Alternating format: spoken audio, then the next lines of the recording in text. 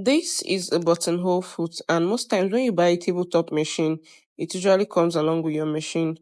And if you don't know how to use this, let me quickly show you how to use it.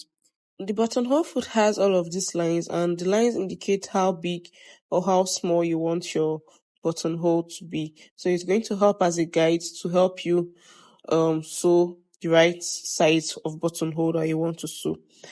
I usually use four, which is 1, 2, 3, 4. You're going to count the first four lines. Now I'm going to insert my fabric, and then I'm going to set this to my buttonhole stitch number two, which are those tack stitches that just help form the buttonhole. And then I'm going to switch this to stitch number one, and I'm going to sew down. Stitch number one sews down. Now that small buttonhole foot is going to show you where you're going to stop. You don't have to extend that, please. Now I'm going to switch over to stitch number two again and just do a little bit of stitching there, and I'm going to switch to three, which is going to sew upwards.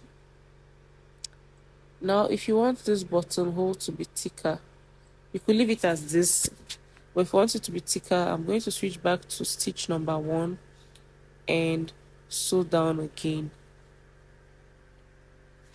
Then I'm going to switch back to stitch number three.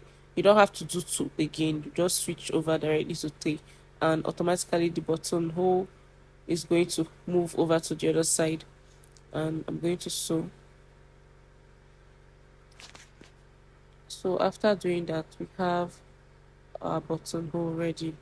It's quite easy to do. Now I'm going to get my seam ripper, and I'm going to open this up. It's very easy to do. Just use your seam ripper to rip it open, but be careful not to open all the way down to the end of the buttonhole. Just slightly open it so that your button can pass through. So that's how to do a buttonhole. Like and follow for more tips and tricks. Bye.